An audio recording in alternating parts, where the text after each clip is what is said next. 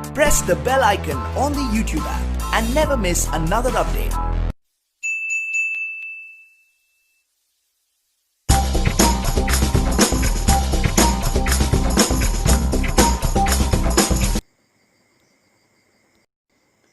नमस्कार, मैं प्रभात सिंह फिर से आप लोगों के एक बार अपने चैनल पे हार्दिक स्वागत करता हूं। आज हम लोग बहुत important topic class 12th biology first lesson का सेकंड पार्ट डिस्कस करेंगे। वीडियो को लास्ट तक देखें, ठीक है। लाइक करें और शेयर करना ना भूलें। मैंने जैसे आपको बताया था पादपोम लैंगिक जनन होता है, अधिकांश पादपोम लैंगिक जनन होता है, ठीक है। जिनमें लैंगिक जनन होता है तो उसके बारे में हम लोग समझते हैं लैंगिक जनन की परिघटनाएं क्या हैं, ठीक है। Events of the sexual reproduction. तो लैंगिक जनन की जो परिघटनाएं हैं, 3 परिघटनाएं होती हैं। ये बहुत इंपॉर्टेंट टॉपिक है। तो एक होता है कि निषेचन के पूर्व, एक निषेचन और एक निषेचन के पश्चात। अब निषेचन क्या है? जब क्या करते हैं मेल और फीमेल के जो गैमीट्स होते हैं या युग्मक होते हैं, जो जब आपस में जुड़ जाते हैं या आपस में लक्षणों का आदान प्रदान कर लेते हैं, जिसे निषेचन कहते हैं, ठीक है।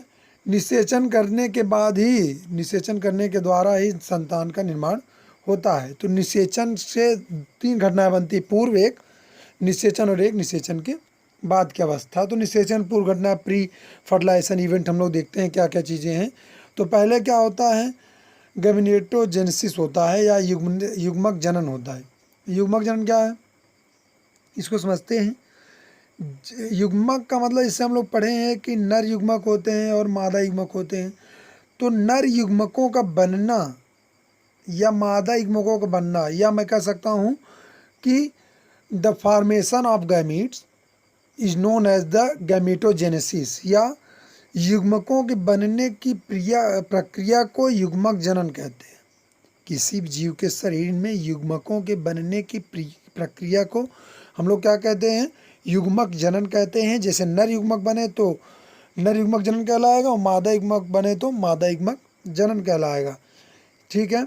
इसमें हम लोग बात करते हैं युग्मक निम्नलिखित प्रकार के होते हैं। समयुग्मक होते हैं, ठीक है। ऐसे नर या मादा युग्मक जिनकी संरचना, मतलब नर तथा मादा युग्मक में क्या होता है, संरचना समान होती है, उन्हें समयुग्मक कहते हैं, ठीक है। यूरोथ्रिक्स में ऐसा होता है। इसमें आप देखेंगे ये नर है, ठीक है, ये नर है, ये नर है और ये क्या है, मादा है। लेकिन आप दोनों में कोई डिफरेंस नहीं पाएंगे। ऐसे क्या कहलाते हैं, समयुग्मक कहलाते हैं। ये यूरोथ्रिक्स का है, ये गैमीट्स है, ठीक है। अब विषम युग्मक क्या होते हैं, हेट्रोगैमीट्स क्या होते हैं, इसको समझते हैं।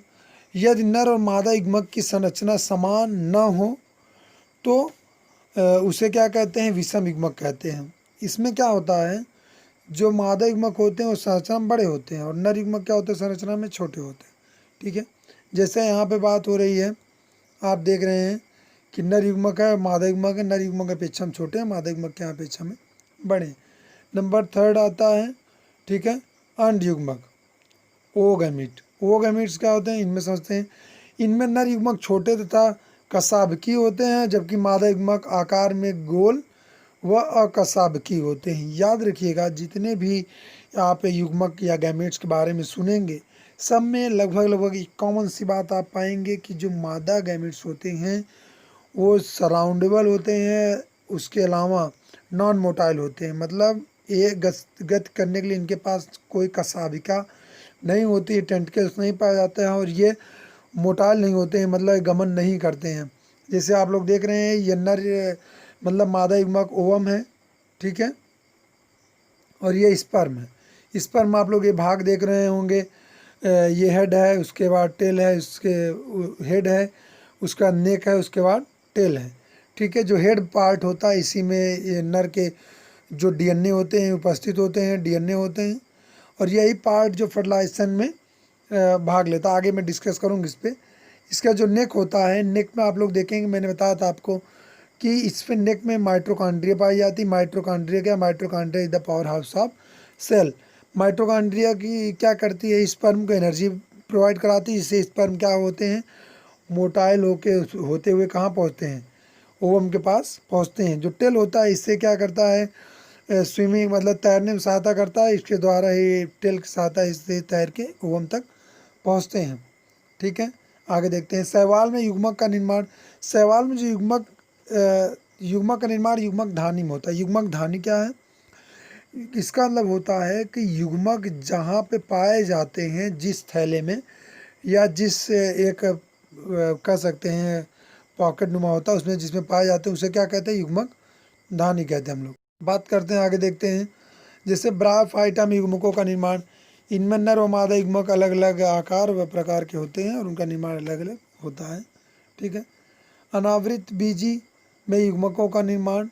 ठीक है, जिम्नोस्पर्म प्लांट आपको 11th में पढ़ाया गया होगा।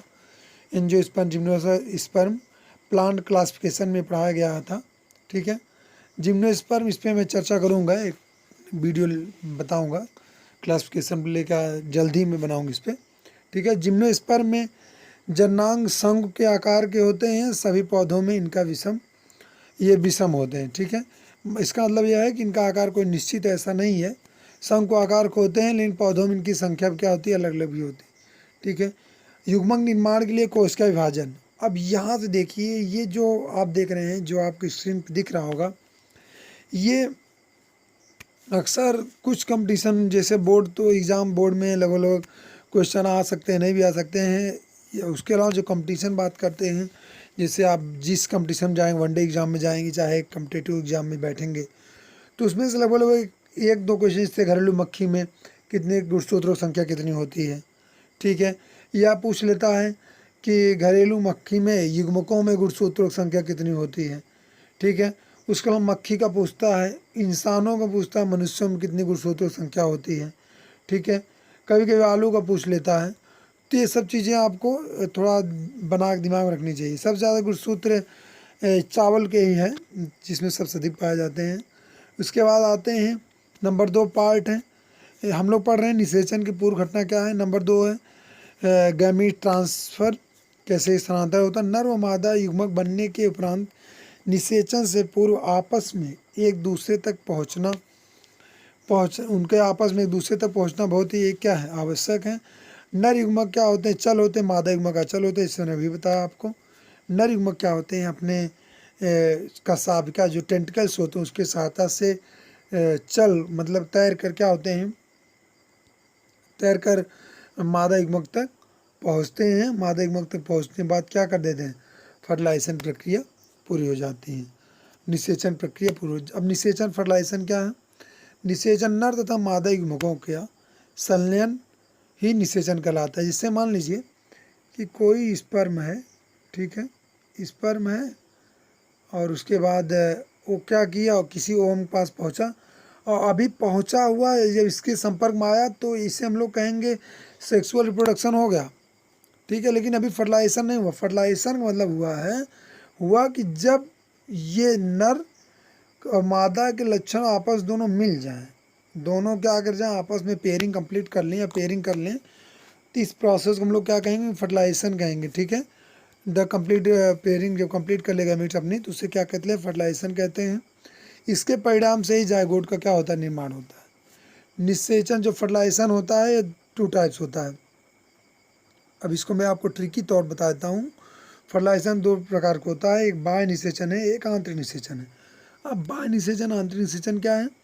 जब फर्टिलाइजेशन की प्रोसेस से मान लीजिए कोई भी एनिमल है या कोई भी ऐसा प्लांट है, अब या कोई भी प्लांट है, फ्लावर है, उसके अगर बात करें फ्लावर है, अब निषेचन प्रोसेस हो रहा है मान लीजिए, तो निषेचन के प्रोसेस अगर शरीर के अंदर होगा, ठीक है, यदि किसी भी जब निषेचन प्रक्रिया जीव के शरीर के भीतर होती है तो उसे हम लोग क्या कहते हैं? आंतरिक निषेचन कहते हैं, इनर फर्टिलाइजेशन। और जब जैसे प्लांट में भी यही होता है, इनर फर्टिलाइजेशन ही होता है, क्योंकि उसके निचले पार्ट में या पोस्टीरियर रीजन में ही फर्टिलाइजेशन होता है। ठीक है, जब किसी भी जीव के शरीर के अंदर निषेचन हो, तो उसे क्या कहेंगे? आंतरिक निषेचन। और जब बाहर हो तो उसे क्या कहेंगे? बाह्य निषेचन। बाहर किस में होता है? ध्यान दीजिएगा। जैसे कि हम लोग जानते हैं मछलियों को, आप लोग जानते ही होंगे, मछलियाँ होती हैं, ठीक है, मछलियाँ होती हैं, मछलियों में निषेचन होता है।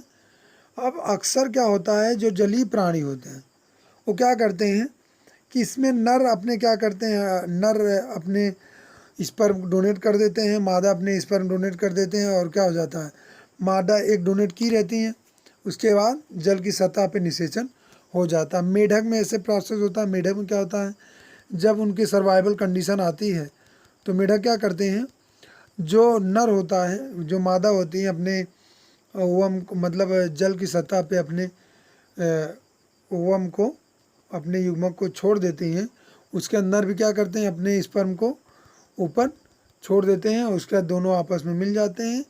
तो इस प्रक्रिया को हम लोग क्या कहते हैं, बाह्य निषेचन, अर्थात किसी जीव के शरीर के बाहर जो निषेचन प्रक्रिया होती है उसे बाह्य निषेचन कहते हैं। बाह्य निषेचन मुख्यतः जलीय प्राणियों में ही होता है, एक्सटर्नल फर्टिलाइजेशन, इंटरनल फर्टिलाइजेशन, ठीक है। नर इसमें क्या होता है, जैसे मछली में होता है, मेढक में होता है, शैवालों में होता है, बहुत सारे ऐसे हैं, लेकिन जलीय प्राणी एक मुख्य है क्योंकि जल एक माध्यम है। नर और मादा युग्मक एक साथ परिपक्व होने चाहिए। देखिए ध्यान दीजिएगा कि जब भी बाह्य निषेचन होगा तो नर और मादा स्पर्म जब तक एक साथ युग्मक का परिपक्व नहीं होंगे तो निषेचन होना संभव नहीं है। तो देखते हैं, जैसे मान लीजिए कि मादा युग्मक परिपक्व है, नर युग्मक अपरिपक्व है, तो निषेचन हो ही नहीं पाएगा। और जैसे 30 मिनट कुछ वो जाइगो युग्मक होते हैं, गैमीट्स होते हैं, 30 मिनट तक रहते हैं। उसके अलावा कुछ हैं 24 मिनट, कुछ है 1 घंटे, कुछ आधे घंटे के बाद इनकी मोर्टलिटी हो जाती है, मर जाते हैं। तो फर्टिलाइजेशन होने की कोई संभावना ही नहीं। इंटरनल फर्टिलाइजेशन मैंने अभी बताया आपको कि अंदर होगा, ये जीवों में, स्थलीय जीवों में होता है, पक्षी में होता है, कीटों में, ओविपेरस हो चाहे मैमेलिया हो, चाहे दोनों में होता है। जो अंडे देते हैं, अंडाइज होते हैं, जो जराइज होते हैं, दोनों में, ठीक है। निषेचन पश्चात अवस्था, पास्ट फर्टिलाइजेशन इवेंट क्या क्या होते हैं इसको देखते हैं। एक बार निषेचन होने के बाद युग्मनज बनता है और यह द्विगुणित होता है। लैंगिक जनन में युग्मनज द्वारा भ्रूण बनने की प्रक्रिया निषेचन के पश्चात होने वाली घटनाएं कहलाती है, ठीक है। अब जैसे मान लीजिए निषेचन हुआ, नर युग्मक मादा युग्मक मिल गए, एक गैमीट बन गया, गैमीट बनने के बाद अब इसके अंदर तो दोनों लक्षण हैं। अब इसके अंदर क्या होगा, इसके सेल से माइटोसिस होगा, फिर मियोसिस होगा, मतलब 2 से 4, 4 4 8 16 16 32 बन के इसकी संख्या बहुत तेज़ी से पहले बढ़ेगी। जब बढ़ जाएगी तभी तक ये द्विगुणित रहेंगे, मतलब डिप्लॉयड रहेंगे। डिप्लॉयड रहने के बाद इसका मतलब ये हो, माता पिता, जिसे मान लीजिए इंसानों बात कर लेते हैं तो 46 गुणसूत्र पिता के, 46 माता के, दोनों हैं, आ गए हैं, तो अभी तो डिप्लॉयड रहेंगे। एक निश्चित समय के बाद फिर गुणसूत्र क्या हो जाए, हेप्लॉयड हो जाएंगे, मतलब सिंगल हो जाएंगे। जैसे अभी तक दोनों हैं, लेकिन ये संभव नहीं है कि वैसे दोनों गुणसूत्र, नर मादा के दोनों गुणसूत्र एक ही जीव के अंदर रहें। गुणसूत्र रहेंगे लेकिन उनके जो पेयरिंग है उनकी संख्या 23 जोड़ी हो जाएगी। आगे चल देखते हैं। उसके बाद युग्मनज है, जायगोट किसे कहते हैं, सभी जीव प्राणी पादप निषेचन के बाद जो कोशिका बनती है उसे जायगोट कहते हैं, ठीक है, जिसके अंदर नर और मादा दोनों के लक्षण समाहित होते हैं। भ्रूण तथा भ्रूणपोष क्या होता है, तो भ्रूण क्या है, अर्धसूत्री विभाजन द्वारा जायगोट से ही भ्रूण बनता है। यह क्या होता है, अगुणित होता है। और भ्रूणपोष से कहते हैं जिसमें रहता है वो भ्रूण, एम्ब्रियो जिसमें पाया जाता है, उससे जो होता है, कवर होती है उसके, उससे क्या कहते हैं, भ्रूणपोष कहते हैं। प्रजनन की कुछ असामान्य विधियाँ, जैसे पौधों का भी कभी कुछ असामान्य विधियों द्वारा विजनन होता है। इनमें 2 निम्न है। नंबर 1 जैसे अनिषेक बीजात, बिना निषेचन जब बीज बन जाता है, अनिषेक फल है, ठीक है। तो इस प्रकार का प्रजनन बीजों द्वारा होता है, परंतु बीज बनने में संयुग्मन तथा अर्धसूत्री विभाजन नहीं होता है। ये 2 प्रकार के होते हैं। अब बीजाणुकता, जैसे इनमें बीजाणुकाय की किसी भी कोशिका में 2n भ्रूण कोश का निर्माण होता है और बिना नर युग्मक के ही संयुग्मन से अंडे से ही किसी भ्रूण का निर्माण हो जाता है, जैसे मटर में होता है, ठीक है। फर्टिलाइजेशन नहीं हुआ है तभी भी हो जाता है, बन जाएंगे, ठीक है। तो आप लोग देख रहे होंगे। उसके बाद अपस्थानिक भ्रूणता क्या है, कभी कभी बीजाणुकाय की कुछ कोशिकाएं विभाजन करके 2n भ्रूण बना लेती हैं। तो इसमें आप देखेंगे, इसमें क्या होता है कि एक यहाँ पे, एक यहाँ पे, ऐसे 2 बन जाएंगे। ये तो बन जाते हैं, परंतु भ्रूण बन जाए लेकिन विकास नहीं कर पाते, कभी कभी ऐसा भी होता है। ठीक है, बंद तो जाएंगे, विकास नहीं कर पाएंगे। ये नींबू में आप ऐसा देख सकते हैं। अब युग्मक क्या होते हैं, कभी कभी अगुणित यन भ्रूणकोश अंड के अतिरिक्त किसी भी दूसरे कोशिका भ्रूण का विकास होता है तो उसे क्या कहते हैं, अपयुग्मक कहते हैं। ठीक है, चलिए आज के लिए बस इतना ही। हम लोग नेक्स्ट सेशन पे नेक्स्ट लेसन डिस्कस करेंगे, बहुत इंपॉर्टेंट लेसन है। ठीक है, मुझे विश्वास है आप लोगों को टॉपिक समझ में आया होगा। जिससे ना समझ में आया कोई टॉपिक तो आप कमेंट करें। ठीक है, मेरी ईमेल आईडी आप उस पर ईमेल कर सकते हैं। ठीक है, तो आप अपने क्वेश्चन को पुटअप कर सकते हैं। चलिए आज के लिए बस इतना ही, धन्यवाद।